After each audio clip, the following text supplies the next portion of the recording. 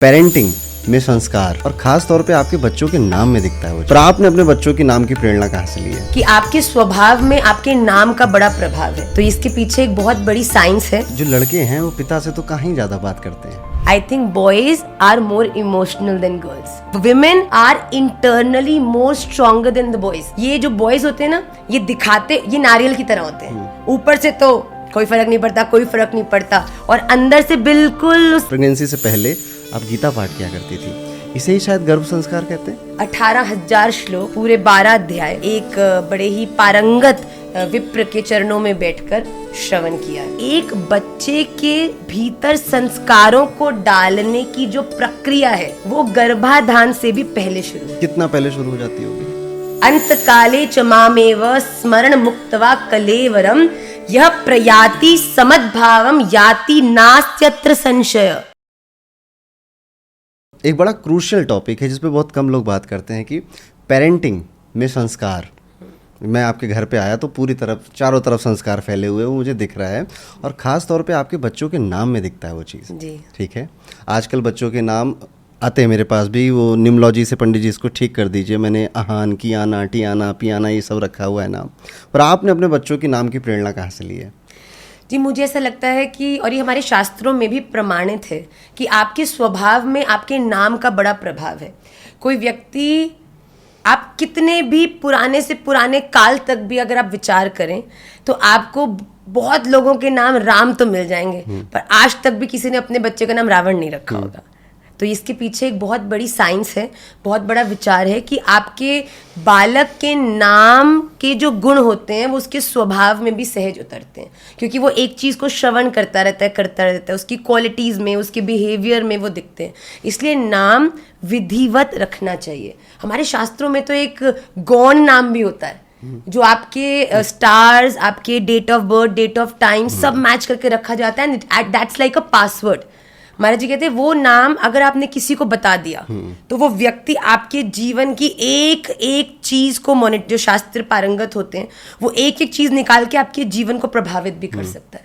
इसलिए वो बड़ा एक गौण नाम होता है, पर एक पॉपुलर नाम भी होता है, उससे भी बड़ा सोच समझ के हमको रखना चाहिए। और जब हमारे बच्चे हुए तो हमारे पीछे, आपको बताऊं बड़ी फनी बात है कि जब हमारी बड़ी लाली हुई तो नाम रखती है बुआ। एक रस्म होती है कि बुआ ही नाम रखती है। तो हमारी जो ननद है उन्होंने आई, वो जैसे, तो उन्होंने त नाम निकला, तो उन्होंने बोला कि शी इज़ वेरी मॉडर्न और थोड़ा अपना उनका एक अपना ऑरा है, तो कहती इसका नाम रखेंगे हम टाइना। तो उस समय तो आधी बेहोश में थी, उसने ऐसे बोल दिया, तो महाराज जी ने भी उस समय किया। जब मैं इन माई सेंसेस आई और सब बातें हुई कि हाँ टाइना बोल दिया है ये वो, अरुण जी मेरे तो दिल में कोई मैं टाइना, मैंने जी को बोला कि जी मुझे तो कनेक्ट ही नहीं हो रहा इस नाम से। तो जी ने बोला अच्छा क्या? मैंने कहा मुझे चाहिए ऐसा नाम जिसको पहली बात पता चलना चाहिए कि आचार्य श्री पुंडरीक गोस्वामी जी की सुपुत्री का नाम है। टाइना तो ऐसा लगता है कोई विदेशी हो। या मैंने कहा दूसरी बात, वो नाम जिसको बोलकर भी एक भीतर से सात्विकता का प्रकाश हो और सुनने वाले को भी लगे क्या। आज मैं आप किसी को बोलती हूँ मेरी बेटी का नाम है तथ्या, वाह तथ्या, तुरंत मन में आता है इसका मतलब क्या है? ठीक है, तथ्य मतलब फैक्ट्स, तथ्य मतलब इस दुनिया की सत्यता। तो इस दुनिया की सत्यता श्री राधा रमन लाल ने, और उन राधा रमन लाल की तथ्या, उनको प्रमाणित प्रचार उनका करने वाली हमारी लाली, इस भाव से हमने नाम रखा। फिर दूसरी बारी में तो मैं क्लियर थी, मैंने बोला आप लोग पहले सुन लो, सब लोग घर वाले। मैंने बोला अगर मेरी हुई लाली, अगर मेरा हुआ लाला तो उसका नाम रखेंगे हम चैतन्य, और अगर मेरी हुई लाली तो हम उसका नाम रखेंगे चैतन्या। मैंने पहले डिस्क्लोज कर दिया क्योंकि हमारे श्रीमन चैतन्य महाप्रभु हैं, और मुझे ऐसा लगता है कि आप अगर एक हमारे श्रीमद् भागवत महापुराण में एक प्रसंग आया है अजामिल का, जो असुर था और जिसने अपने जीवन में बहुत गलत कार्य किए और कुछ भी अच्छा नहीं किया, पर अपने किसी पूर्व जन्म के संस्कार के कारण अपनी बेटे का नाम नारायण रख दिया। प्राण जा रहे थे, बेटे से बड़ा अटैच था, नारायण नारायण बोल के पुकार रहा था बेटे को, ऊपर से विष्णु पार्षद जा रहे थे, काम इतने गलत किए थे तो जो यक्ष थे वो भी आ रहे थे। तो जैसे यक्षों ने उसको पकड़ा, वो नारायण नारायण बोलते हुए प्राण त्याग रहा था, तो इतने में विष्णु पार्षद जो सामने यक्ष के पूरे वो काट दिए उन्होंने, जिससे उन्होंने बांध रखा था। तो बड़े क्रोधित हो गए कि आपने कैसे काट दिया, हम तो इसको नरक लेके जा रहे हैं, बड़े बुरे काम किए। तुम पावरे हो, तुम्हें दिख नहीं रहा नारायण पुकार रहा है? अगर ये नारायण पुकार रहा है और अंत काल में नारायण बोलते हुए प्राण त्याग कर रहा है, तो ये नरक तो जा ही नहीं सकता, तो इसको तो हमें विष्णु लोक ले जाना पड़ेगा। समझिए धर्मराज जी की सभा में ले जाया जाए। धर्मराज जी की सभा में ले जाया गया। भैया काम तो बहुत बुरे किए हैं, इतना बुरा आचरण, इतने बुरे काम, तो इसको कैसे आप यहाँ ले आए? तो विष्णु जो पार्षद उन्होंने कहा कि जाते जाते नारायण नाम पुकारा इन्होंने। तो धर्मराज जी भी खड़े हो गए, नारायण नारायण पुकार, अरे इस सभा में क्यों लाया, सीधो विष्णु लोक लेके जाओ, हमें ही दंड मिल जाएगा। तो कहे इस पूरे भाव से ऐसा एक प्रमाण आता है कि एक इंसान में इतने बुरे कर्म करने की सामर्थ्य नहीं है जितनी एक नारायण नाम में शक्ति है। तो अंत काले च मामेव स्मरण मुक्तवा कलेवरम यह प्रयाति समद्भावम याति नास्त्यत्र संशय। इस बात में बिल्कुल संशय मत रखो कि अगर आपने अंत काल में पूरा जीवन कैसे भी जिया हो, आखिरी समय में अगर आपने राधा रमण पुकार लिया तो राधा रमण ही आएंगे। पर इसके पीछे बहुत प्रैक्टिस है। बोलने में बड़ा आसान लगता है कि लास्ट में बोल लेंगे तो क्या, आजकल लोग बोलते हैं बचपन में जवानी में क्यों बोलना है, बूढ़े मर रहे होंगे तब बोल लेंगे, हो जाएगा काम। नहीं होता। आप अपने अंतकाल में, पहली बात तो अंतकाल अरुण जी कब आए? अभी मैं देख रही थी कितना न्यूज़ में चल रहा है, एक्ट्रेस फुल्ली हेल्दी, बिल्कुल योग करती हैं, बिल्कुल आई थिंक 35 to 40 ईयर्स की एज की होंगी, हार्ट अटैक, पूरी दुनिया शॉक्ड। दुनिया में आजकल कब क्या हो रहा है कुछ नहीं पता। आपका अंतकाल, या तो आप गारंटी दे दो मुझे, हाँ जी इस डेट पे इस तब में आपका अंतकाल है, तो ठीक है कर लेंगे, अंतकाल में कर लेंगे, 1 महीना पहले शुरू कर लेंगे उसके।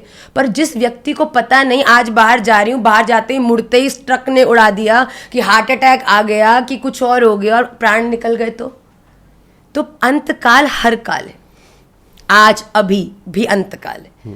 तो जब मेरे मन में ऐसी भाव आई कि हाँ नाम, तो उस समय मैंने गीता जी का बहुत अभ्यास किया। जब मेरी दूसरी लाली का जन्म था तो मैं बहुत श्लोक याद करती थी। तो ये श्लोक जब मेरे जीवन में आया, मैंने बोला अरे भाई ये तो अंतकाल तो कभी भी आ सकता है। तो फिर मैंने जी को बोला कि हम इनका नाम चैतन्य या चैतन्य, फिर जब लाली हुई तो चैतन्य। तो मुझे अब जब मैं इसको पुकारती हूँ तो मुझे महाप्रभु जी सहज स्मरण आते हैं। और फिर तीसरा जब लाला हमारा हुआ भवभूति, तो भवभूति में हमारी गुरु कृपा का प्रमाण है, क्योंकि श्री भूति कृष्ण गोस्वामी जी महाराज मेरे पिताजी महाराज हैं, मतलब महाराज जी के पिताजी महाराज। तो हमें जब मेरा विवाह हुआ ना, बड़ी इमेच्योर थी मैं, तो सबसे पहले हम नवविवाहित वधुओं को जो यहाँ पे गुरु स्थान है राधा रमन जी में पीछे समाधि है, वहाँ ले जाया जाता है।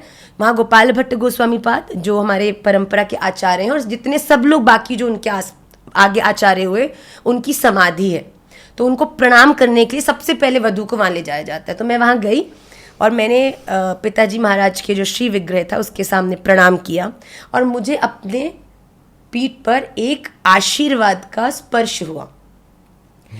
तो मैंने जैसे पीछे मुड़कर देखा तो वहाँ कोई नहीं था और मैं थोड़ी ऑकवर्ड हो गई इस बात को लेके कि मेरे को भी किसने पीछे से, क्योंकि गोस्वामी नहीं हूँ, ऐसे कोई स्पर्श भी नहीं कर सकता।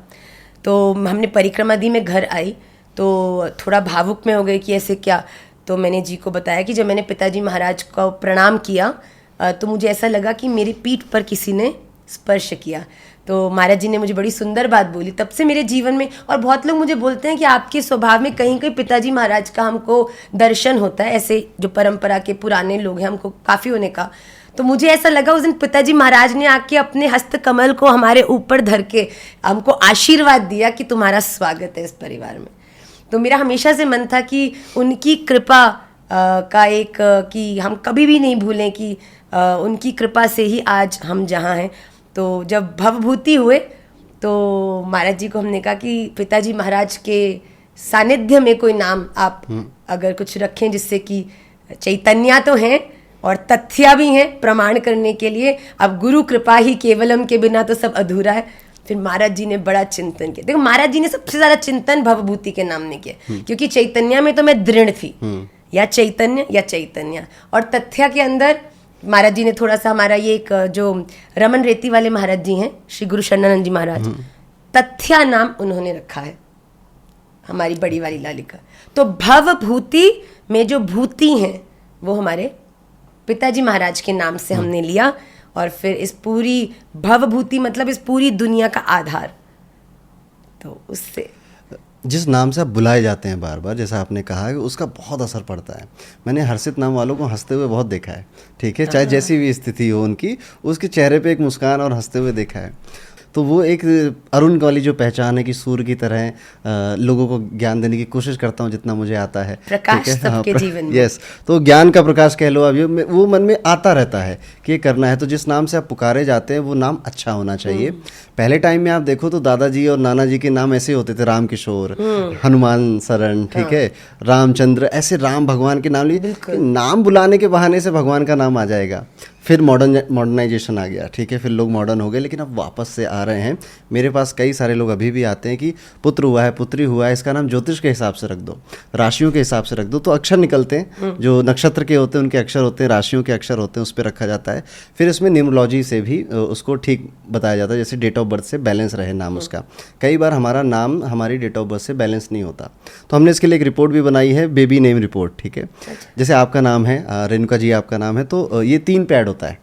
तो नंबर 3 की जो क्वालिटी होती है गुरु का अंक है, ठीक है, जुपिटर का अंक है, जो ज्ञान को, विजडम को, इसको रिप्रेजेंट करता है, वो आपकी बातों से झलकता है। तो आपके नाम का नंबर भी और आपके नाम का मीनिंग, सबसे ज़रूरी है कि नाम का कोई अर्थ होना चाहिए, नाम का कोई मीनिंग होना चाहिए। ये भारतीय संस्कृति में हमेशा से रहा है।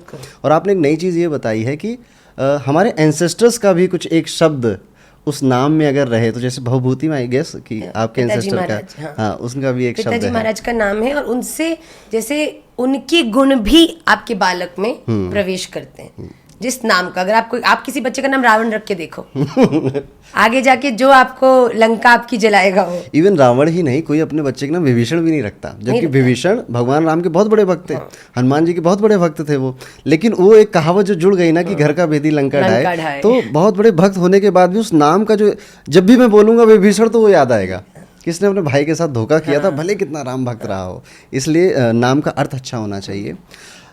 आप 3 बच्चों की माँ हैं रेणुका जी, और आपने भी मुझे इसी बात में बताया कि आप उन दिनों में जब आप शायद प्रेगनेंसी से पहले आप गीता पाठ किया करती थी, इसे ही शायद गर्भ संस्कार कहते हैं। आपको पता है, केवल इससे पहले नहीं, मैंने अपने 3 बच्चों के समय पर जो एक सीमंतोनयन संस्कार होता है, देखिए 16 संस्कार होते हैं, बड़े बड़े महत्वपूर्ण होते हैं बालक के जीवन में, इतना प्रभाव होता है इन संस्कारों का। तो जब मेरा सप्तम एक होता है 7वें महीने में बेबी शार, तो बहुत ज़्यादा पॉपुलर है, पर एक 16 संस्कारों में भी एक संस्कार 7वें महीने में किया जाता है। उस संस्कार के अंतर्गत आपकी कुछ विधि होती हैं जिसके माध्यम से आपको पंचगव्य का भी आस्वादन कराया जाता है शुद्धि के लिए, और बहुत सारी उसमें पूजा प्रक्रिया भी इन्वॉल्व होती है। तो जब मैं 7वें महीने में थी अपने 3 बालकों के समय पर, मैंने संपूर्ण श्रीमद् भागवत महापुराण 18,000 श्लोक, पूरे 12 अध्याय, उनको एक बड़े ही पारंगत विप्र के चरणों में बैठकर श्रवण किया है 3 बारी में। और इसका असर जो मैं अपने बच्चों के जीवन में देखती हूँ, जब वो पैदा होने के बाद से उनकी रुचि में देखती हूँ। तथ्या जो मेरी बड़ी लाली है, उसका संस्कृत के श्लोकों के प्रति सरल सहजता, मतलब उसको मैं 2 बार श्लोक बोलती हूँ, तीसरी बार वो सुना देती है। तो मुझे कहीं लगता है कि ये अभी से नहीं, ये बहुत भीतर से इन सब चीज़ों को श्रवण करती आ रही है। तो एक बच्चे के भीतर संस्कारों को डालने की जो प्रक्रिया है वो गर्भाधान से भी पहले शुरू होती है। कितना पहले शुरू हो जाती होगी? आपने जब विवाह किया, विवाह करने के बाद से जब आप एक बालक को पैदा करने की प्रक्रिया में इन्वॉल्व होने की, अब हम चाहते हैं कि बालक हो, तभी से अपनी लाइफ को आपको चेंज करना पड़ेगा। आप क्या खा रहे हैं, क्या सुन रहे हैं, क्या फील कर रहे हैं, क्या बोल रहे हैं, ये सब साइलेंटली आपके भीतर उस संस्कार को डेवलप कर रहे हैं। अगर आपने असमय में, देखिए माता दिति और अदिति के असमय, पिता तो एक ही है, पर दिति और अदिति दोनों के समय और असमय के गर्भाधान के कारण ही सुर और असुर पैदा हुए। It's all about the time. It's all about the emotion, it's all about what you are feeling. तो गर्भाधान से भी पहले आप क्या फील कर रहे हैं, और जब वो 9 मंथ्स होते हैं उस समय तो आप कह लीजिए that is the biggest university of your child. आपने उस समय जो उसमें डाल दिया अरुण जी, उसके बाद पैदा होने के बाद वो उसके भीतर सहज संस्कार के रूप में आपको दिखेगा, सूनर और लेटर। अगर आपने अपनी प्रेगनेंसी में खिजावटी करी है, इरिटेटेड ही रहे हो, उल्टा फुल्टा खाया, गलत जगह, आप देखना आपका बच्चा भी बड़ा क्रैंकी होगा, उसके स्वभाव में एक चिड़चिड़ापन होगा। मैंने तो खुद देखा है, जैसे कि मेरी बड़ी, छोटी और भवभूति में एक अंतर है कि जब मैं तथ्या मुझे हुई तब मैं बहुत नई थी इस परिवार में। 8 महीने में, जैसा मैंने कहा कि मैंने गर्भाधान किया, तो जब तथ्या के समय पर मैं भक्ति तो करती थी पर मैं इतनी ज़्यादा भी कनेक्टेड नहीं थी। तो मुझे ऐसा लगता है कि तथ्या याद करने में, रुचि में बहुत तेज है, पर जैसे कह लो कि अफेक्शन इसमें थोड़ी सी वो स्ट्रेट है कि मतलब इतना गुलू गुलू नहीं होती, मतलब अपनी एक इंडिपेंडेंट, मैं भी उस समय बड़ी इंडिपेंडेंट, मतलब ओवर इन्वॉल्वमेंट नहीं। फिर धीरे धीरे जब अध्ययन बढ़ा, चैतन्य आई, तो काफ़ी हद तक इमोशनल भी हो चुकी थी, अब एडजस्ट भी हो चुकी थी। और अब मेरी बीच वाली लाली बड़ी इमोशनल है, श्लोकों के प्रति, अध्यात्म के प्रति बड़ी दृढ़। मैं कहती हूँ जितनी भक्ति भाव मेरी बीच वाली में ना किसी में नहीं है। और जब भवभूति हुए तब तो मैं लुट चुकी थी, पूरी तरह समर्पित। मतलब राधा रमन के अलावा अरुण जी कुछ नहीं आता, जो है सब मैं इनको बताती हूँ कि जब भी कोई मैं क्लास शुरू करती हूँ उससे पहले मुझे पता है मुझे कुछ नहीं आता, पर फिर मैं बोलती हूँ जय गौर श्री राधा रमनो विजयते। फिर मुझे लगता है राधा रमन जी कहते हैं अब तुम चुप हो जाओ, अब मैं बोलता हूँ। तो भवभूति में मुझे वो दिखता है। ओके, सो आपका ये कहना है कि जब भी आप कंसीव कर रहे हो उससे पहले ही बच्चे की प्लानिंग स्टार्ट हो जाती है, और आपको उस समय गीता पाठ कर सको तो गीता पाठ करें आप, भागवत सुन सके तो भागवत सुने आप, जिस चीज़ में रुचि है, रामायण जी पढ़ो, सुंदरकांड करो। एक चीज़ महाराज जी कथा में कहते हैं कि आप भय प्रगट कृपाला, दीन दयाला, कौशल्या हितकारी, जो ये राम जी की स्तुति है, आप जब बच्चा पैदा करने की योजना भी बना रहे हो ना, तब से प्रतिदिन इसका पाठ करो। क्यों? हमारे में तो सामर्थ्य नहीं है कि हम कोई ऐसा पुत्र पैदा करें जो राम हो, पर राम जी में तो वो सामर्थ्य है ना कि करुणा है कि वो अगर कौशल्या मैया के पुत्र बनकर आ सकते हैं तो हम में से किसी के भी तो आ ही सकते हैं। तो ये अगर आप स्तुति पाठ करो तो अगर राम जी नहीं पर राम जी जैसा बालक तो आ ही जाएगा। हमने अभी कुछ दिन पहले एक पॉडकास्ट किया था डॉक्टर वैदेही के साथ, वो इस्कॉन से जुड़ी हुई हैं और वो गर्भ संस्कार सिखाती हैं जो नई नई माएँ बनने की कोशिश कर रही होती हैं उनको। उन्होंने बड़ी अच्छी बात कही थी कि इस संसार में, यूनिवर्स में अलग अलग तरह की सोल्स हैं। कुछ सोल हैं जो बहुत तृप्त हैं, बहुत सुखी हैं, और वो एक ऐसी बॉडी ढूंढ रही हैं जो उनको कैपेसिटी हो कि हम उस बॉडी में वो अच्छी सोल आके बैठ सकें। और कुछ सोल ऐसी भी हैं कि जो कि बस कुछ भी मिल जाए तो काम चल जाएगा। तो एक ऐसी बॉडी क्रिएट करना अपने बॉडी के अंदर महिला के लिए, ताकि एक बहुत अच्छी आत्मा, एक सोल उसमें निवास कर सके, उसके लिए आपको कुछ तैयारियां करनी पड़ेगी, कुछ प्रिपरेशन करनी। It is like a exam. जितनी अच्छी आपकी प्रिपरेशन रहेगी और इसका फल तो पूरे जीवन भोगना है आपको, ठीक है। तो उन्होंने मुझे बताया था कि आप यही धर्म से, आप किसी भी धर्म के हो या आपको जिसमें भी रुचि हो, आपको गीता में, हनुमान चालीसा में, सुंदरकांड में, किसी में रुचि है, वो ज़रूर सुने, ज़रूर करें। और एक बात और है कि इस समय गुस्सा नहीं करना, लड़ाई नहीं करनी, चिड़चिड़ापन नहीं करना, और इसमें वाइफ से ज़्यादा हस्बैंड का भी रोल है कि वो कितना सहज महसूस करवा पा रहा है अपनी वाइफ को। क्योंकि वाइफ का मूड सबसे ज़्यादा डिपेंडेंट अपने हस्बैंड पे ही होता है, क्योंकि वो इमोशनली कनेक्टेड होती है। और उस समय और इससे बड़ी बात है अरुण जी, आप जब प्रेग्नेंट हैं, आपके आसपास कौन लोग हैं उसका भी प्रभाव आपके गर्भ पे पड़ता है। चाहे आप किसी भी नेचर के हो, पर आपके आसपास, क्योंकि बच्चा जो है वो हर क्षण सुन रहा है, वो हर क्षण उन वाइब्रेशंस को, क्योंकि जब आप एक बालक गर्भ के भीतर होता है तो आंख तो नहीं खुली होती पर कान बड़े तेज होते हैं। आप देखो, अगर आप आंख बंद कर लो ना तो आपके कान जो नॉर्मली सुनते हैं उससे कुछ ज्यादा सुनेंगे। दूर की चीज को हमें दूर सुनना हो तो हम क्या करते हैं? सुनाना, सहज आंखें, बाकी इंद्रियां शट कर लेते हैं जिससे कि एक इंद्रिय ज्यादा प्रकाशित हो जाए। तो अंदर के शिशु के कान बड़े तेज होते हैं। तो आसपास रहने वाले लोग, उनका आपके प्रति ट्रीटमेंट, ये भी बहुत ज़्यादा प्रभावित करता है। और उनके गुण, अगर आप लोग कई करते हैं ना कि जब महिला गर्भवती हुई तो नाना नानी के घर भेज देते हैं, मायके भेज देते हैं, तो इस बात का विचार जरूर कर लीजिएगा कि जो बालक भी आएगा उसमें भी मायके के ही संस्कार आएंगे। कितनी बढ़िया बात कही, तभी लोगों को अपने मामा साइड ज्यादा पसंद आती है। देखो, नानी के घर जाऊंगा मोटा होके आऊंगा, क्यों? नानी प्यार करती है, नानी ने पूरा ध्यान रखा है जब मैं गर्भ में था। और इसीलिए महाराज जी और हम तो इसको बहुत प्रमोट करते हैं कि जब महिला गर्भवती होती है तब तो उसे और ज़्यादा पति को और उसके परिवार को अपने पास रख के पैम्पर करना चाहिए, तभी तो उनके परिवार के गुण और लक्षण उस बालक में आएंगे। जब माता सीता जी को वाल्मीकि जी के आश्रम में छोड़ के चले गए लक्ष्मण जी, तो उस समय वो गर्भवती थी, तो हर समय रोती। तो वाल्मीकि जी ने कहा कि आप रोती हैं राम जी के विरह में? कहती नहीं, मैं इस बात को सोच के रोती हूँ कि जब ये मेरे बालक आएंगे और अब खून ये क्षत्रिय है, ये राजा खून के, पर ये इनका जन्म कहाँ हो रहा है, परवरिश कहाँ हो रही है? एक आश्रम में जहाँ पर सभी लोग ब्राह्मण हैं या त्यागी हैं, पर ये तो क्षत्रिय कुल के बालक हैं, इनमें तो ये लक्षण आ रहे हैं। और जब ये पैदा होंगे और जिसके हाथ में सबसे पहले जाएंगे उसी के ही सारे गुण इस बालक में आएंगे। तो मैं बड़ी सोच के चिंता करती हूँ कि मेरे बच्चे क्षत्रिय गुणों को कैसे प्राप्त करेंगे। तो वाल्मीकि जी कहते हैं आप चिंता मत करो, राम जी हैं। तो प्रसव का समय आया, सीता मैया करहा रही हैं, प्रसव हो रही है और रो रही हैं, बड़ा कंट्रोल कर रही है, नहीं जन्म नहीं देना, अभी कोई क्षत्रिय नहीं है, क्या करूँ। इतने में अरुण जी, सीता मैया को दूर से घोड़ों की तेज दौड़ने की आवाज़ आई। तो उनके कान तेज हो गए, कौन आए कौन आए। तो जैसे ही एक जो सेविका थी अंदर है, कह रही अरे अरे अभी अभी पता चला है कि अयोध्या से शत्रुघ्न भैया माँ सीता से मिलने आए हैं। तो सीता मैया ने अपना कंठ कर तुरंत लाके बुलाओ।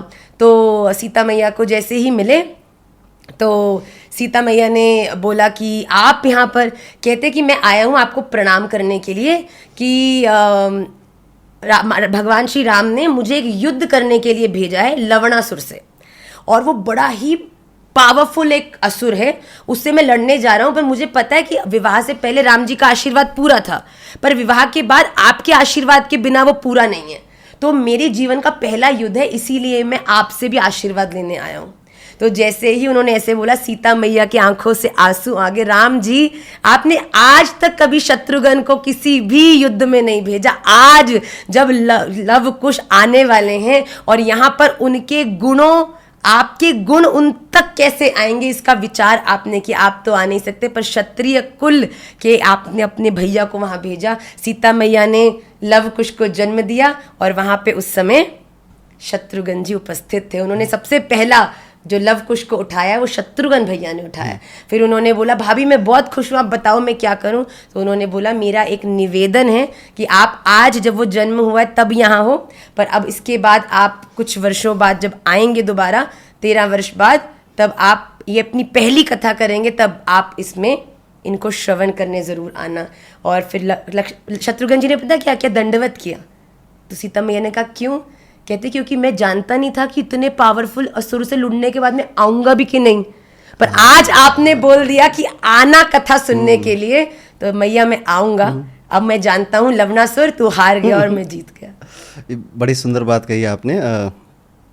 एक बात मन में आ रही है मेरे कि हाँ ठीक है, जो गर्भधान का, अच्छा एक चीज़ और बता दूं इससे पहले कि मैंने एक बार क्या हुआ था, एक कुंडली देखी थी बच्चे की, उसके माँ बाप आए थे और बच्चे की कुंडली दिखा रहे थे। मैंने कहा कि यार इस बच्चे की कुंडली में ना बुध ठीक नहीं लग रहा मुझे, और इस वजह से इसको समझने में थोड़ी दिक्कत होनी चाहिए।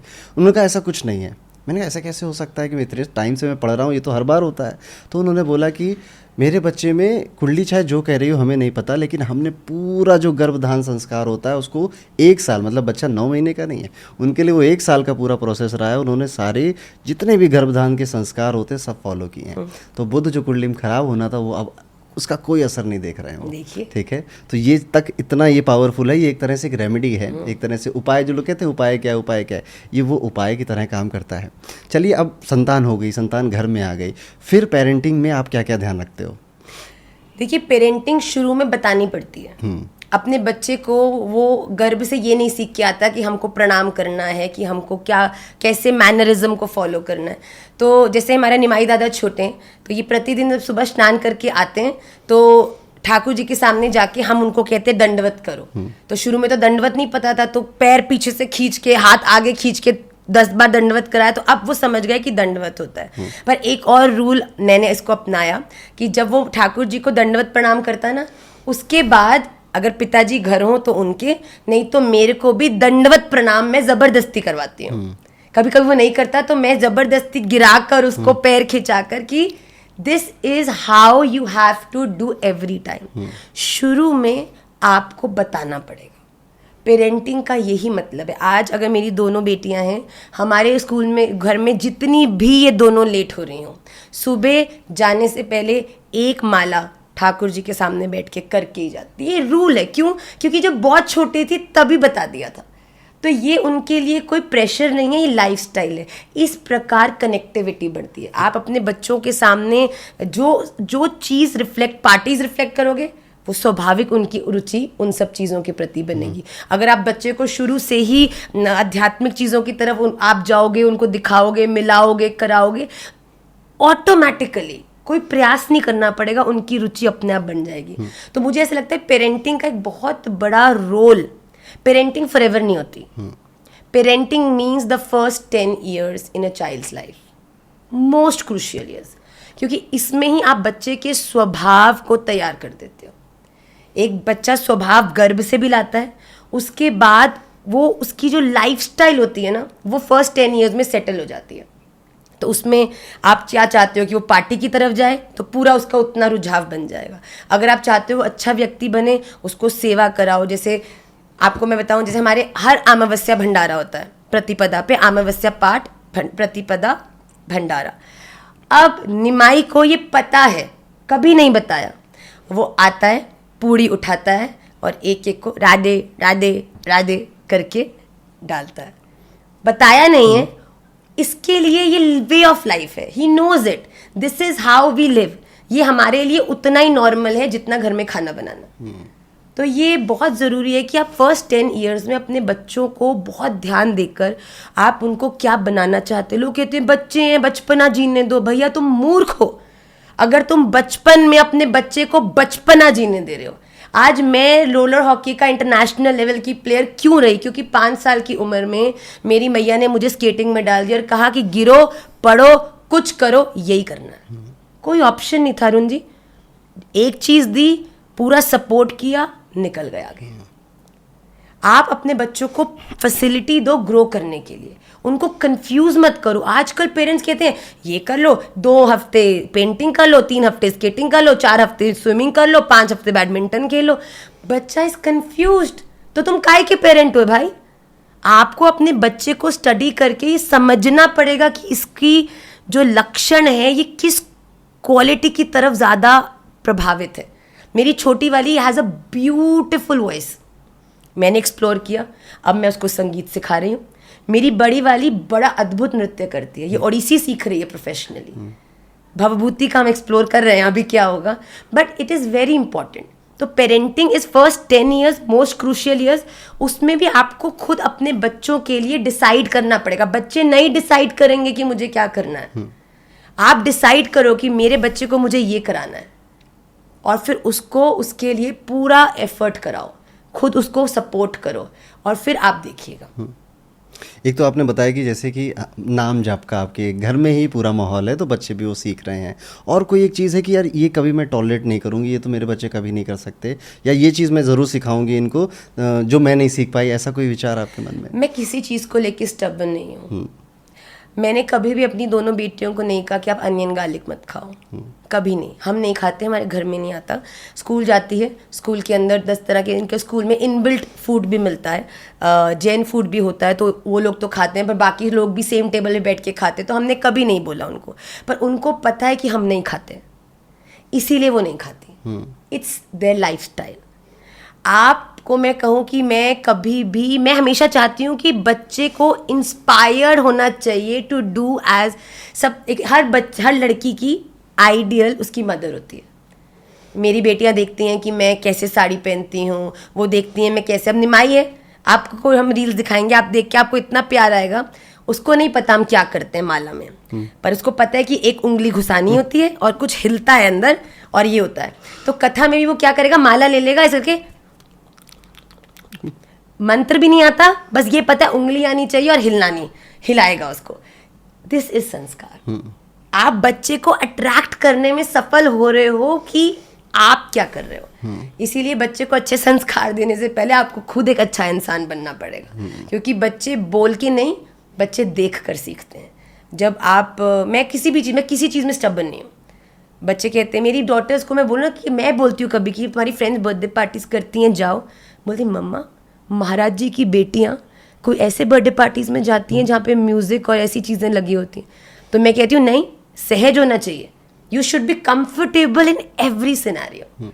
मुझे ऐसा लगता है कि एक भक्त वही है जो मंदिर में भी हरे कृष्णा पे नाच सकता है और किसी सिचुएशन के कारण उसे किसी डिस्को में भी खड़ा कर दिया जाए तो भी मन ही मन हरे कृष्णा का ध्यान करके वो आनंदित रह सकते हैं। आजकल के लोग की भक्ति में तो कोई मटेरियल चीज सामने आ जाए तो वो कहते हो नष्ट हो गया, मैं तो अपराध हो गया, ये वो। प्रतिकूल स्थिति में भक्ति को अगर पकड़ के बैठे हो तो ही तो भक्त हो। प्रहलाद जी को फेंका था पहाड़ों से, तब बोल रहे थे नारायण नारायण, तो पकड़ा नारायण ने। हाथी से कुछ चिल्ला रहे थे, तब बोला नारायण नारायण, तब भी बचे। तो आपके जीवन में प्रतिकूल स्थिति में भक्ति कितनी प्रकार है। तो बच्चों को इंस्पायर करिए, आप खुद करिए, बच्चे को बोलना भी नहीं पड़ेगा, वो खुद ब खुद करेगा। पर वैल्यूज, बड़ों को प्रणाम करना। अब जैसे मेरा पूरा कंसंट्रेशन होता है अरुण जी, मैं अपने बच्चों को खूब श्लोक याद कराऊं। अरे भैया, जब तुम्हारी बॉडी में एंटीबॉडीज इतनी भरी होंगी तो मजाल है किसी भी डिजीज का कि तुम्हारे भीतर घुस जाए। घुस भी जाएगी तो एंटीबॉडीज अपने आप अंदर ही अंदर मार देंगी, कोई ऊपर ही दवाई लेने की जरूरत नहीं पड़ेगी। तो ये जो श्लोक शास्त्र है ना, ये हमारे जीवन में एंटीबॉडीज हैं। आपके भीतर जितनी बढ़ती जाएंगी, जितना ज्ञान श्लोक आपको याद होंगे, तो वो अंदर आपके ऑरे को इतना स्ट्रांग कर देंगी कि फिर बाहर की उल्टी बातें आपको अच्छा ही नहीं लगेगा, अट्रैक्ट ही नहीं करेंगी वो आपको। तो मेरा मेन कंसंट्रेशन इसी पे ही है कि मैं उनको श्लोक याद कराऊं, शास्त्र पढ़ाऊं, उन्हें इंस्पायर करूं, उनको बिल्कुल फ्रीली छोड़ दूं। आपको जो करना है आप करो, और मैं खुद अच्छी चीज़ करूं, वो मुझे फॉलो करें। आई थिंक ये उस सवाल का जवाब है, जब पेरेंट्स कहते हैं ना कि गलत संगत में पड़ गया या गलत आदत में पड़ गया, तो कैसे पड़ जाएगा जब मेरे संस्कार ही इतने मजबूत है। ये शायद आपका वो विश्वास है कि मैंने इस तरह से उनको पाला है कि वो कभी भी इस तरह की चीज़ नहीं कर सकते। आई थिंक कोई आपसे आगे शिकायत भी कहे तो आप कह सकते ये तो नहीं कर सकता मेरा बालक। पता है अरुण जी, एक बालक के स्वभाव में पूर्व जन्मों का भी प्रभाव होता है। एक आत्मा जब शरीर छोड़ती है ना, तो शरीर के साथ, शरीर तो छोड़ देती है, पर शरीर छोड़ते समय आपके भीतर कौन सा गुण तीव्र है, सात्विक राजसिक तामसिक, उस गुण को लेकर ही। आपने कहा ना कुछ आत्माएं बड़ी पॉजिटिव होती हैं, पर कुछ ऐसी भी होती हैं जो किसी भी शरीर को ढूंढ के उसमें घुसना चाहती हैं। तो उसी प्रकार ये ऐसी आत्माओं में डिफ्रेंसिएशन क्यों है? क्योंकि आपके पूर्व जन्म में जो आपने कर्म किए हैं, जो गुण आप में थे, वो ही आपकी आत्मा के संग उस नए शरीर में ट्रैवल करती हैं। तो एक बच्चा, अगर आपने बहुत अच्छे संस्कार दिए हैं, आपको पूरा पता है कि आपने हमेशा सही चीज़ करी है, फिर भी वो किसी गलत कामों के प्रति आकर्षित होता है, इसमें ये बात समझ जानी चाहिए कि इसके पूर्व जन्म के संस्कार जो हैं वो भी इसमें जो अपना जो रूप है वो दिखा रहे हैं। ऐसे में कांस्टेंट गाइड करिए। हर व्यक्ति की अपनी डेस्टिनी होती है, अपने कर्म होते हैं, कुछ कर्मों को उन्हें भोगना ही पड़ता है। आप कितनी भी उन्हें अल्टीमेट स्थिति दे दो, अगर आपको ठाकुर जी ने कोई आपका प्रारब्ध की चोट लगानी है तो वो आपको डनलप के गद्दे से भी बैठे हुए को भी नीचे गिरा देंगे भूमि पर और चोट लग जाएगी। तो आप ओवर थिंक मत करिए, give your best, raise your children best. आगे जय श्री राधा रमन लाल की इच्छा। एक बड़ी कॉमन सी बात है और इंडिया में उसे नॉर्मलाइज कर दिया गया है पिता को लेकर, कि जो लड़के हैं वो पिता से तो कहीं ज़्यादा बात करते हैं, कहीं ज़्यादा उनका इमोशनल कनेक्ट होता है। वो तो बस पापा का फ़ोन आया और पापा की कॉल 20 सेकंड में कट जाती, खाना खाया, हाँ पैसे चाहिए, नहीं ठीक है ओके ठीक। मम्मी से वो 1-1 घंटे 1.5 घंटे बात कर रहे हैं। तो क्या इसको भी हम घर के संस्कारों से इस प्रॉब्लम, ये मैं प्रॉब्लम ही मानता हूँ, क्योंकि पिता के साथ कनेक्ट होना ज़रूरी है, स्पेशली वो बालक के लिए। वो पिता को देख के आगे बढ़ता है, उनके गुण अपने अंदर लेकर आता है। तो क्या इसे संस्कारों से ठीक किया जा सकता है? ये बिल्कुल, ये कोई संस्कार की बात नहीं है, ये एक मनस्थिति और एक ट्रेंड माइंड की बात है। एक छोटा बच्चा बड़ा होता है ये सुन सुन के कि पापा तो डिस्टेंट ही रहते हैं, पापा से ज़्यादा बात नहीं कर सकते, मम्मी भी डराती है कि तू मेरी बात नहीं मानेगा तो पापा को बता दूँ। तो पापा तो एक ऐसा कैरेक्टर बन जाता है घर का जो मतलब अगर तुमने कुछ गलत किया तो मतलब न जाने क्या तुम्हारे साथ कर देगा। और वो डिस्टेंट थॉट के साथ जब बच्चा बड़ा होता है तो जब वो भी फादर बनता है तो उसमें भी ये होता है कि अब मैं वो कैरेक्टर हूँ जिससे सबको डरना चाहिए, which is very wrong. I think boys are more emotional than girls. जो एक मैन की इमोशनल नीड होती है वो एक स्त्री से भी ज़्यादा होती है। Women are internally more stronger than the boys. आप जानते हैं ये जो बॉयज़ होते हैं ना ये दिखाते ये नारियल की तरह होते हैं, ऊपर से तो कोई फर्क नहीं पड़ता, कोई फर्क नहीं पड़ता, और अंदर से बिल्कुल उस गुदगुदे मलाई की तरह जो बिल्कुल दांत नहीं भी हो तो भी चबाई जाए। तो हम लोग इस चीज़ को बड़ा गंभीरता से लें क्योंकि हमने एक ऐसा माइंडसेट बना दिया है कि लड़के तो इमोशनल होते ही नहीं है या लड़के तो बिल्कुल कम्युनिकेट करते ही नहीं है बच्चे अपने फादर्स के साथ, जिस कारण से इस स्टेट ऑफ माइंड से लड़के के अंदर कहीं ना कहीं ये इमोशन दबे रह जाते हैं। और कोई चीज़ को बहुत ज़्यादा दबा दो ना फिर वो रूथलेस हो जाती है, मतलब वो अपना रस खो देती है। तो कहीं ना कहीं इस सिचुएशन में हम ट्रैप्ड हैं इस समय। पर मुझे ऐसा लगता है कि आजकल के जो फादर्स हैं वो फिर से उस चीज़ को, उस स्टैंडर्ड को ब्रेक कर रहे हैं जहाँ पर वाइफ्स के साथ वो इक्वली इन्वॉल्व होते हैं अपने बच्चों को। मुझे तो नहीं लगता कि मेरी तथ्या चैतन्या अपने पिताजी से कनेक्टेड नहीं है। I think they are more connected with him even if he is travelling, because हमारे घर का रूल है कि जैसे ही वो स्कूल से आती हैं गाड़ी में बैठती सबसे पहला कॉल पापा को ही जाता है, हम आ गए, स्कूल में ये हुआ। उनके माध्यम से सुनते सुनते मुझे पता चलता है कि स्कूल में ये हुआ वो हुआ। तो इट इज़ ऑल अबाउट कि आप कैसा ट्रेंड सेट करते हैं। अगर मैं आपको अपने फादर की बताऊं तो जो आप लॉजिक बोल रहे हैं वो मेरे घर में ट्रू है। मेरे ब्रदर और मेरे पिताजी कोई ज़्यादा कम्युनिकेट नहीं करते बिकॉज एक साइकोलॉजी है कि वो पापा पापा। और यहाँ पे जब मेरे घर की बात होती है तो मेरी डॉटर्स तो बड़ी हैं क्योंकि वो करती हैं, पर भवभूति का पता नहीं, पर दे आर लाइक पापा, माय पापा। आप तो मेरी बात में पापा को बताऊंगी। तो पापा इज दैट कैरेक्टर जिसके साथ वो ज़्यादा कनेक्ट करते हैं। तो ये केवल एक माइंड स्टेट ऑफ माइंड है। आई थिंक एक मैंने बहुत क्लोजली ऑब्जर्व किया अरुण जी कि जैसे कोई ब्रेकअप होता है ना, तो शुरू में लड़की ज़्यादा रोती है और लड़का चिल करता है और यार छूटी बात टूटी मजा आ गया छूटे छूटे थैंक गॉड। अब लड़की का इमोशनल टाइम है, वो हफ्ता 2 हफ्ता रोएगी फिर वो वेरी स्ट्रांगली बाहर आएगी। लड़कों के साथ क्या होता है कि शुरू में दिल भी लाइक ओ यार पिंड छुट्टा, नई लड़की ढूंढेंगे चिल करें, और 2 हफ्ते बाद ये ट्रॉमा उनमें घुसता है कि भाई मेरे पास तो कोई नहीं है, and then they get into wrong things. और जब पारो चली गई तो देवदास हो गए। तो ये बॉयज़ का कैरेक्टर हो जाता है। पर इमोशनल नीड्स बॉयज़ की ज़्यादा होती है and it should very normal, very important कि आप उसको एक्सप्रेस करो। There is no harm in expressing that your it makes a man look very cute to girls जो इमोशनली भी अपने आप को एक्सप्रेस करता है। और एज पेरेंट्स ऑल्सो आपको बहुत क्लोज रिलेशनशिप अपने बच्चों के साथ बनाने की ज़रूरत है, जिससे कि जब कभी मदर आपको कनेक्ट नहीं कर रही या आप मदर से नहीं कनेक्ट कर रहे तो आपके पास वो सेकेंड व्यक्ति कौन है। क्या आपके फ्रेंड है तो उलझ जाओगे, क्या आपके इधर उधर के लोग हैं जो आपको डिस्ट्रैक्ट कर सकते हैं, कि वो आपके पिताजी हैं जो आप सोचते हो कि हाँ मुझे पता है मम्मी नहीं समझ रही पर पापा समझेंगे, और कभी पापा नहीं समझ रहे तो मम्मी समझेंगे। तो कभी एक स्ट्रिक्ट एक सॉफ्ट, ये कॉम्बिनेशन के साथ बच्चों को पेरेंट करना चाहिए। तो तथ्या चैतन्य और भभूति के पापा की कुछ आदतें बता सकते हो आप जो आपको लगता हो बहुत क्यूट है? सिर से लेके पैर तक क्यूट है, सब कुछ है। ये मेरे लिए जैसे राधा रमन लाल को ग्लोरीफाई करने, देखिए मेरा इंडिविजुअल भाव है, मैं ये नहीं कहती हर व्यक्ति इसको करता है। मैं Maharaj ji I am in awe of him. मेरी विवाह को 11 साल हो गए और मुझे लगता है आज भी महाराज जी के प्रति मेरी रिस्पेक्ट, मेरा लव, मेरा अट्रैक्शन, मेरा एक कह लीजिए एक झुकाव वो उतना ही फ्रेश है क्योंकि he inspires me every day. Being a father, being a husband, being a boyfriend, being a friend, being somebody who fights, being from everything, being a son, being a brother. महाराज जी की बहुत सारी आदतें हैं कि महाराज जी को एक बार क्या हुआ, मेरी डॉटर तथ्या ने कुछ गलत काम किया और मैंने महाराज जी को बोला, महाराज जी इतने क्यूट है। मैंने उनको बोला, मैं पहले अंदर में आई अकेली, मैंने कहा जी तथ्या ना मेरी बात नहीं सुन रही, आप ना डांट के उसको बोलना कि आप नहीं तो बहुत जोर से उसको डांटोगे, मेरी बात मान ले। जी कहते हाँ डांटूंगा डांटूंगा, भेज तू भेज। अब मैं तथ्या को लेकर गई, मैंने कहा जी मेरी बात नहीं सुनती, आप देख लेते हो। जी कहते तथ्या ऐसे बिल्कुल नहीं करना। और जी ने 2 मिनट को देखा, तथ्या ने ऐसे देखा, हाँ मेरा बच्चा क्या हुआ। ही फ्लिप्ड इन अ सेकेंड और गोदी में बिठा के उसको प्यार कर करके मैंने कहा लो भैया, यहाँ मैंने कहा था डांटना।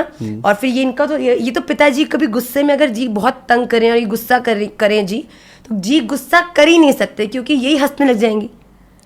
जी ने एक दिन ये सो नहीं रही थी, जी ने जाके डांटा, कह रही पापा डांटना ना आपको सूट नहीं करता। और जी भी हंसने लगे, ये भी हंसने लगे, सारा खानदान रात के 3 बजे लाइटें ऑन करके आनंद कर रहा है। तो कहने का अर्थ है कि पेरेंटिंग इतनी ब्यूटीफुल चीज़ है जहाँ पर केवल आपको इस चीज़ का बैलेंस करना है कि एक स्ट्रिक्ट है तो एक सॉफ्ट रहे, और कभी कभी अगर एक सॉफ्ट है तो दूसरा स्ट्रिक्ट हो जाए। पर जनरली पेरेंट्स में ये चीज़ होती है कि mothers are the stricter ones initially and fathers are those emotional ones जो अवेलेबल, पापा ये नहीं पापा वो नहीं। तो हमारे घर में भी इसका काफ़ी इस समय वही है, I am the villain, marriage is the hero. तो काफ़ी ब्यूटिफुली ये सिंक करता है बच्चों के संग। एक सवाल ना आजकल मुझसे कंसल्टेशन में भी काफ़ी पेरेंट्स पूछ रहे हैं, स्पेशली वो जो इंडियन बॉर्न हैं पर उनके बच्चे को वो यूएस ले गए, कनाडा ले गए, ऑस्ट्रेलिया ले गए, वहाँ पर बच्चे ने स्कूल में एडमिशन लिया, पढ़ाई करी, तो उन देशों में समलैंगिक होना एक कॉमन हो चुका है या एक ऐसी बात है कि हाँ ठीक है इट्स ओके। पर इंडियन पेरेंट्स के लिए ये अभी भी बहुत बड़ी बात है। वो अगर घर का बेटा लहंगा पहन के घूमने लग जाए, स्कर्ट पहन के घूमने लग जाए, लिपस्टिक लगाए, तो इंडियन पेरेंट्स इतनी जल्दी उसको नहीं सहज नहीं हो पाएंगे इस भाव को लेकर।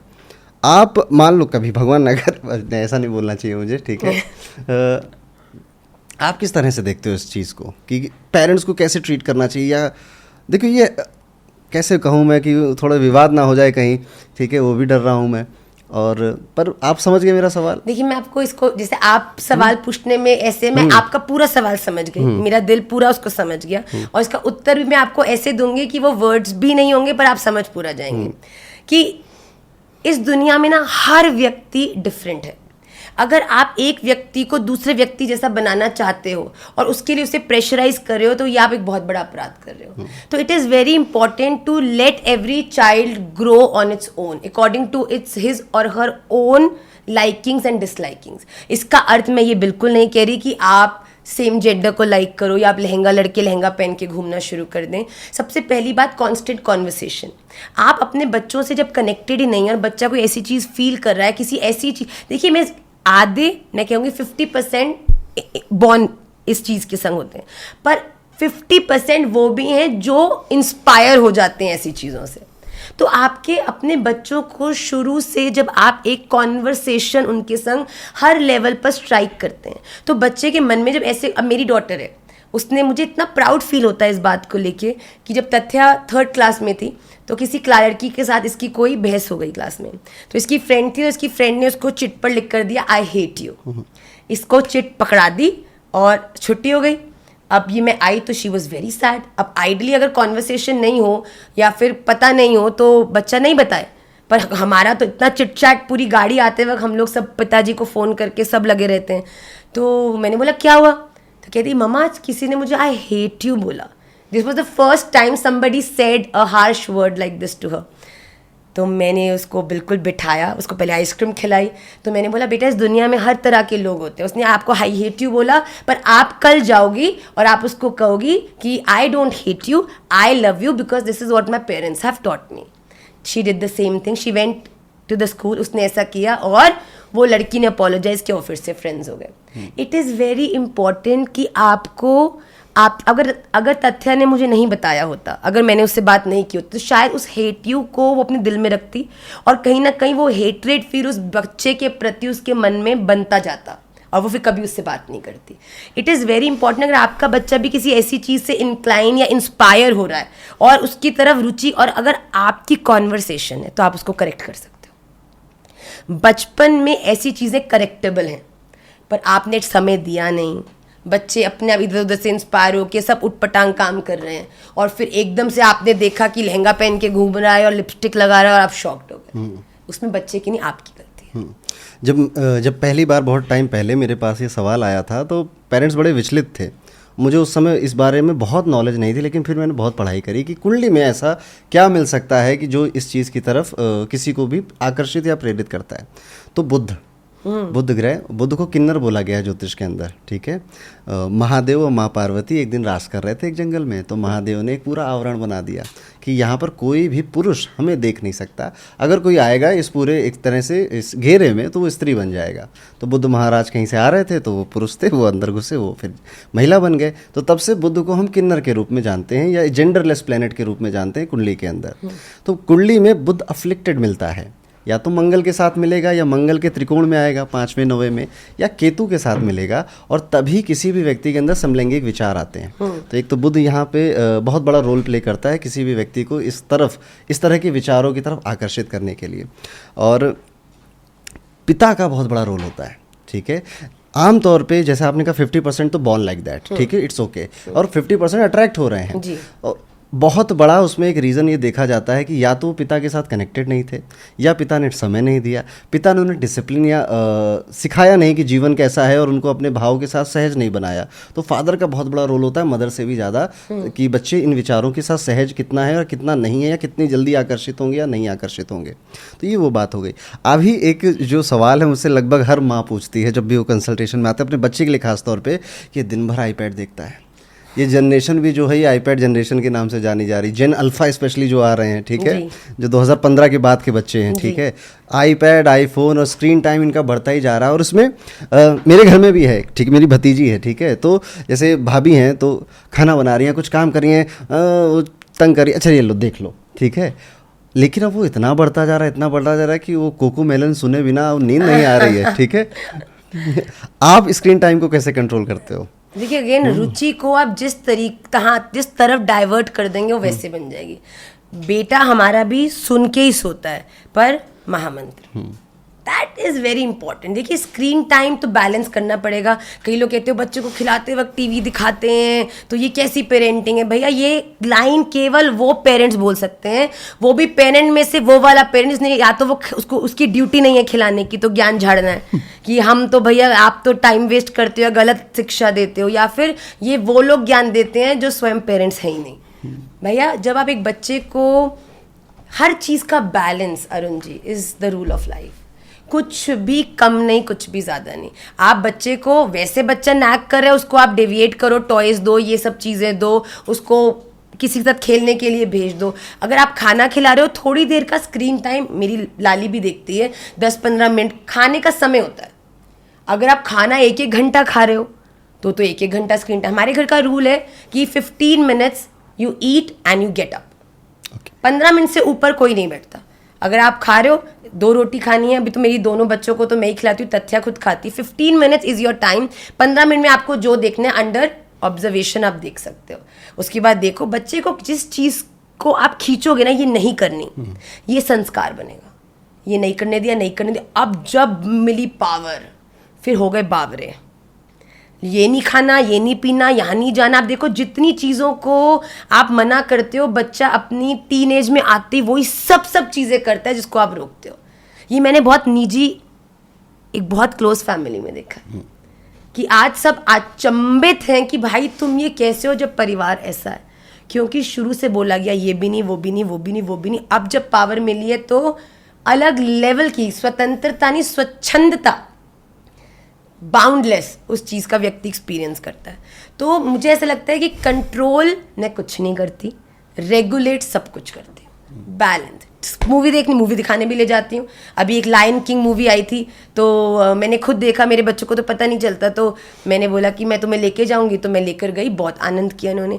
मैं अपने बच्चों को मॉल भी ले जाती हूँ, क्योंकि कभी प्ले एरिया होता है, आजकल धूप होती है, बाहर पोल्यूशन होता है दिल्ली में, तो कभी कभी मॉल की प्ले एरिया भी। Everything is normal, nothing should come to them as a shock. ओ हम वृंदावन के मॉल में गए तो ये क्या है, ऐसा भी नहीं चाहती। मॉल के हैं, ये मॉडर्न वे में बढ़ रहे हैं, और वृंदावन जाए तो ओहो ऐसा भी नहीं चाहती। वृंदावन में भी मेरे बच्चे उतने ही कंफर्टेबल हैं जितने मॉल में है, उतनी कंफर्टेबल थिएटर में, उतनी कंफर्टेबल अपने घर में, उतनी कंफर्टेबल हम लोग हर परिस्थिति में। आपको ऐसे अपने बच्चे को रेज करना चाहिए। कोई स्टैंडर्ड्स नहीं है, बच्चा गलती भी करेगा उसको करेक्ट करना है, टीवी भी दिखाना है, पढ़ाई भी करनी है, आउटडोर गेम्स भी खिलानी है, सब कुछ करना है। पर इसको अगर आप सोच रहे हो कि हाँ आप आफत काट रहे हो कि मुझे टाइम नहीं देना इसलिए तू फ़ोन देख ले, टीवी देख ले, ये अपने आप में बहुत बड़ी गलती है जो आप टाइम के साथ रियलाइज़ भी करोगे पर फिर उसके बारे में कुछ कर नहीं पाओगे। अभी तो जैसे आपके बच्चे छोटे हैं, ठीक है, 10 साल से शायद कम उम्र है उनकी, एक टाइम आएगा टीनेज बनेंगे जो जिससे हर पेरेंट लगभग घबराता है कि वो एज में किसी की नहीं सुनने वाले, ठीक है, वो 13 से 18 साल की जो उम्र होती है। मान लेते हैं हाइपोथेटिकली कि कभी आपके भवभूति जी की लड़ाई हो गई किसी से, ठीक है, और वो कूट के आ गया किसी को, ठीक है, वाह, how will you handle? How will I handle? मैं एक फिलॉसफी जो मैंने अपने बचपन में सीखी थी वो उसको शुरू में बता दूंगी, जो मैंने अपनी एल्डर सिस्टर को भी बताई है कि बेटा पहल कभी करना नहीं, दूज में छोड़ना भी नहीं। ये मेरी मदर ने बचपन में हमको सिखाया था। एक बार मैं यूनिवर्सिटी से आ रही थी तो गलती से मैं ड्राइव करी तो मेरी गाड़ी एक लेडी की गाड़ी से टच हो गई, तो मैं बीइंग हम्बल आगे जाके रुक गई कि सॉरी बोल दूंगी, गलती मेरी थी। तो मैं रुकी और वो लेडी बाहर आई, मैंने अपना शीशा खोला और मैंने बोला आई एम रियली सॉरी, वो गलती से टच हो गया। उन्होंने चलती गाड़ी मतलब मेरी गाड़ी में हाथ घुसाकर अंदर बंद कर दिया और चाबी ले गई। तो मैंने बोला ये क्या किया इन्होंने? तो मैं नीचे उतरी and she just started yelling on the road, मतलब लोग हैं आसपास। तो मैं बोली भाई गलती हो गई, आई एम सॉरी, मैं बहस ही नहीं कर रही थी। उन्होंने मुझे पुश कर दिया अरुण जी, मतलब मैं मतलब यूनिवर्सिटी में थी बिफोर ग्रेजुएशन। तो जब उन्होंने मुझे पुश किया तो मैं घर गई और मैंने अपनी माताजी को पूरा इंसिडेंट बताया। तो मेरी माताजी ने कहा कि एक रूल याद रखना कि अपनी आपकी लाइफ में आपको कोई अनरीजनेबली आपको हर्ट करता है, मारता है, तो ऐसे में माताजी कहती हैं आप डरना नहीं, उल्टा 2 जमा के आ जाना, पीछे हम खड़े हैं। तो मेरे को वो चीज़ ने इतनी ऊर्जा दी कि गलत कभी करना नहीं, पर कोई अगर आपसे गलत कर दे तो बेटा उसको सहना भी नहीं, उसको ऑब्जेक्ट करो, उसके प्रति आवाज़ उठाओ, और अगर कोई व्यक्ति बात से नहीं माने तो हाथों का भी प्रयोग कर लो। But that's another extreme situation. Correct. But वो बेचारा बनना सिखाया नहीं हमको और ना ही मैं सिखाऊंगी अपने बच्चों को। एक बड़ा कॉमन सा सवाल है, पेरेंट्स को कैसे हैंडल करना चाहिए आप बताइएगा, खास तौर पे फीमेल्स के लिए जो कन्याएं हैं 13 से 18 साल की, उनको प्रेम हो जाता है, ठीक है, बॉयफ्रेंड बन जाते हैं, उम्र से बड़े लोगों के साथ भी अट्रैक्शन हो जाता है, अलग धर्म के साथ अट्रैक्शन हो जाता है, जो कि पेरेंट्स को आमतौर पे ठीक नहीं लगेगा, इंडियन पेरेंट्स को खास तौर पे। इसको कैसे हैंडल करना चाहिए? Constant monitoring and communication. वो उनकी फ्रीडम को नहीं बांध देगा? आप उसको बांधने वाली कॉन्वर्सेशन करोगे नहीं। आप एकदम से बचपन से लेके 13 साल की उम्र तक तो आपने कभी बच्चे के संग टाइम स्पेंड किया नहीं, और 13वें साल में आप सडनली उनके फ्रेंड बनने की कोशिश करोगे तो this is gonna be very awkward for them. फिर उनकी फ्रीडम बंधेगी। पर एक parent, it starts from the very beginning Arun ji, as I told you. अगर आपकी रैपो ऐसी है तो 13 साल में जब उसको पहली चॉकलेट मिलेगी ना किसी लड़के से, तो सबसे पहले वो लड़की आके आपको ही बताएगी, और मैंने भी किया है ये। आपके जीवन में, मेरी क्लास में एक लड़का था, मुझे रोज एक क्रैकल देता था अरुण जी, जब मैं स्कूल में पढ़ती थी। तो मैंने आके अपनी मैया को बताया तो मुझे लेने आती थी स्कूल से। तो एक दिन जब मैं स्कूल के बाहर मुझे लेने आई और मेरी माताजी ने मुझे पिक किया, कहती कौन सा? तो मैंने कहा वो। उसके पास गई, कहती बेटा कल से 2 क्रैकल ले आना, मैं भी खाऊंगी। तो but she never made a scene out of it. हमें भी इस चीज़ को सीखना चाहिए। बच्चे गलती करेंगे, it is natural for them to fall for infatuation and attraction. अगर आप इसको अपराध मानते हो तो आप बेवकूफ़ हो, क्योंकि ये एक पार्ट ऑफ ग्रोइंग अप है। बच्चे को अगले जेंडर के बारे में पता चलता है, आसपास वो देखता है, अपने आप एक अट्रैक्शन आता है। इसको आप एक अपराध की जगह नॉर्मलाइज अगर कर दोगे तो आप बच्चों को ज़्यादा बेटर गाइड कर सकते हो। कि बेटा, जब मुझे ऐसा कभी फील हुआ तो मेरी माताजी ने हमेशा कहा कि बेटा तो 19 टाप ले, टीन खत्म कर दे, 20 जैसी लगेगा, 3 तक तू मेरी सुन और 20 लगते से मैं तेरी सुनूंगी। And this was the transition of my life. हमारी ये पैक्ट था। 19 तक मैंने अपनी मदर के अकॉर्डिंगली अपनी चॉइसेस को और चीज़ों को रखा, because she was brilliant in all aspects, being a friend, being a mother, being a guide, being a trainer. उसके बाद 20 हुआ, फिर मैंने जो चीज़ें बोली उन्होंने कभी मना नहीं किया, क्योंकि उस समय तक मेरा संस्कार ऐसा बन चुका था कि मुझे पता चल गया था what is right what is wrong, और जब मैं टीन में थी तब उनको ज़्यादा पता था what is right and what is wrong. That was a beautiful combination. तो मुझे ऐसा लगता है कि पेरेंट्स को बच्चों की गलतियों में उसको एक बहुत बड़ा डिजास्टर करके घरों में कलेश और मार कुटाई ना करके, इट्स ओके बच्चे, इस एज में ऐसा होता है और आप ऐसा कुछ फील करते हो तो यू हैव टू कम्युनिकेट. आप में कम्युनिकेशन नहीं होगा तो अपनी फ्रेंड्स से बात करेंगी और फ्रेंड्स कहेंगी यार ये तो बहुत हैंडसम है, ये तो बहुत बढ़िया, आपको और पंप मिलेगा and you will be on the wrong path eventually. तो आपके पेरेंट बनना भैया इतना आसान नहीं है. आपको पेरेंट सिर्फ पेरेंट बनोगे तो मुश्किल है, पर एक फ्लेक्सिबल पेरेंट बनोगे who wants to guide, who wants to bring the better out of the child. उसको समय समय पर ट्रांजिशन करना पड़ेगा. पहले 7 साल वेरी स्ट्रिक्ट, पैर के छुओ, मंदिर चलो, ये करो. फिर 7 साल के बाद जब अभ्यास बन गया फिर बच्चे को इजी, फिर अपने आप मंदिर चलेगा, अपने आप चीज़ें करेगा. फिर बच्चे की डिसीजंस में अपनी इन्वॉल्वमेंट, और फिर 20 के बाद उनके डिसीजंस में अपना समर्पण. ऐसे एक रिलेशनशिप बिल्ड होता है. आजकल एक नया कॉन्सेप्ट चल रहा है, खासतौर पे जब हस्बैंड वाइफ दोनों ही वर्किंग हैं, एम्बिशियस हैं, सो तो कह रहे हैं डिंक करेंगे. ठीक है, डिंक मतलब डबल इनकम नो किड्स. ठीक है, हम और तुम कमाएंगे पर बच्चे नहीं करेंगे. ठीक है, तो संतान करना ज़रूरी है क्या? सवाल ये है. अगर सब लोग ऐसे, ये चॉइस रह सकती है आपकी, ये आपकी निजी चॉइस है. देखिए, संतान करने के बाद कितनी रिस्पॉन्सिबिलिटी है उसके बारे में जान लीजिए. संतान करना कोई गेम नहीं है कि पैदा आपने कर दिया और फिर लोगों पे छोड़ दिया, पैसा देते रहे. तो फिर संस्कार, सारी जो पॉजिटिविटी, नेगेटिविटी, जो सब उसके भीतर आएगा वो उस आई और बाई का ही आएगा. आप ये बात जरूर समझ लीजिए कि बच्चा करना है, आप एम्बिशियस हो, और बच्चे को पालना भी एक एम्बिशन ही होता है.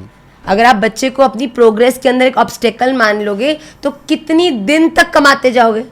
एक समय तो आएगा रिटायरमेंट मिलेगी, उसके बाद फिर कौन सा डिग डैंग करोगे आप, राइट? तो इट इज़ वेरी इंपॉर्टेंट कि आप नहीं करना चाहते मत करो, देयर इज़ नो प्रेशर. पर अगर आप कर रहे हो तो बड़ी सेंसिबली उसके और विचार करके, दोनों उसमें पूरी तरह से इन्वॉल्व होकर कि दोनों एक स्टेट ऑफ माइंड में. बच्चा फिजिकल से ज़्यादा इमोशनली आप प्रिपेयर्ड होने चाहिए करने के लिए, क्योंकि आपकी लाइफ में, आपकी बॉडी में, आपके डिसीजंस में एक नया जब जीव जुड़ जाता है, इट इज़ ब्यूटिफुल. पर कई लोग उस चीज़ को बड़ा नेगेटिव लेते हैं, मेरी फ्रीडम चलेगी, मेरा वो चलेगा, मेरा वो चला गया. बट भैया, जब आप एक क्लर्क होते हो, मेहनत करते हो, उसके बाद ही तो मैनेजर बनते हो ना धीरे धीरे. तो मैनेजर सीधा कैसे बनोगे? तो इट इज़ अ प्रोसेस. अगर आप आगे जाके एक फैमिली एम्पावरमेंट, एक हैप्पीनेस एक्सपीरियंस करना चाहते हो तो आपको उसके लिए पहले तो कुछ मेहनत भी तो करनी पड़ेगी. ये जो नैनी आ रही कि नैनी आएंगी या फिर बाई संभालेगी, जैसे आपने कहा आई या बाई, ठीक है, ये क्या ठीक है? देखिए, हेल्प करना और माँ जैसा बन जाना में अंतर है. ओके. खिलाना, पिलाना, सुलाना, नल्हाना, ये एक माँ का कर्तव्य है. बस एक माँ को वो हमेशा करना चाहिए, अपने बच्चे को नल्हाना, खिलाना, पिलाना और सुलाना. उसके बाद जब बच्चा खेल रहा है, मतलब माँ को और भी काम है, तो बच्चे का ध्यान, क्योंकि बच्चे छोटे होते हैं, कुछ भी मुंह में डाल लेते हैं, कोई भी ऊधम कर लेते हैं.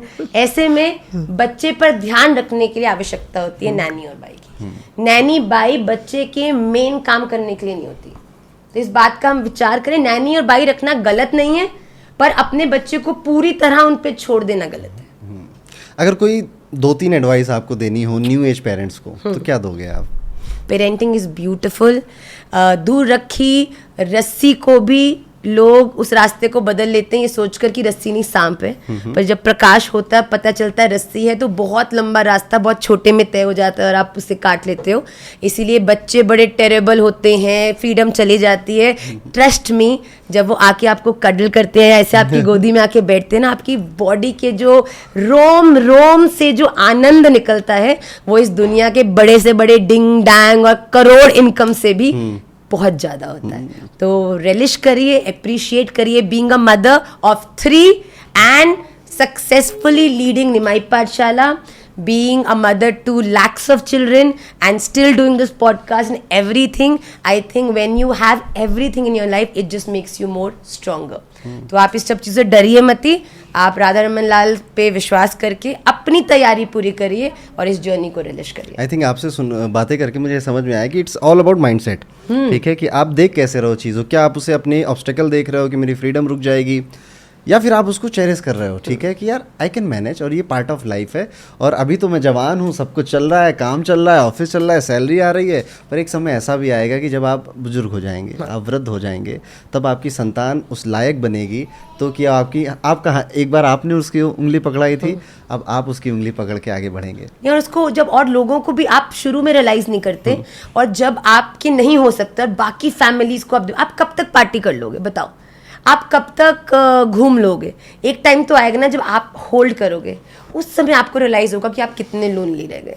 आप ये सोच के कि ये नहीं करना, वो नहीं करना, बच्चे नहीं करने, शादी नहीं करनी, ये नहीं करना, तो एक पॉइंट आएगा कि आपको ये चीज़ बहुत स्ट्रांगली हिट करेगी. ओ माय गॉड, कि मतलब इतना पैसा कमाने के बाद, ये सब करने के बाद, in the end who is there with me to cherish all of this.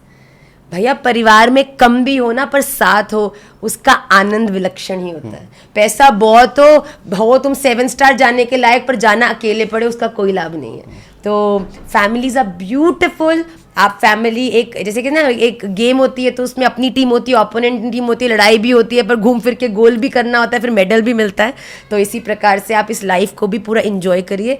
जो राधा रमन जी ने जो रूल्स ऑफ लाइफ बनाए हैं कि एक समय आता है ब्रह्मचर्य भी रहिए, फिर गृहस्थ भी रहिए, फिर वानप्रस्थ में भी जाइए, साथ मिलके भजन करिए, फिर एक समय आए कि बस अब सब केवल राधा रमन और हम संन्यास की ओर अग्रसर हो. जब आप सही समय पे सही चीज़ों को रिलिश करते चलेंगे, तो प्रकृति भी आपकी इस जर्नी को और ब्यूटीफुल बना देगी. Thank you so much Renuka ji हमारे पॉडकास्ट पे एक बार फिर से आने के लिए. आज हमने बड़ी खूबसूरत बातें करी, और ये वो बातें हैं जो शायद जिसके सवाल के जवाब कई पेरेंट्स चाहते होंगे कि हमें मिल जाए. आई होप उनको इसका आंसर मिला होगा. अगर आपके भी कोई सवाल हैं जो आप चाहोगे कि हम तीसरे पॉडकास्ट में रेणुका जी से पूछें, तो ज़रूर हमें कमेंट करके बताइएगा. हमने पेरेंट्स की बात करी, पेरेंट्स को कैसे ट्रीट करना चाहिए. अगर कोई संतान, कोई बच्चा सुन रहा है इस पॉडकास्ट को, तो उसे पेरेंट्स को कैसे देखना चाहिए.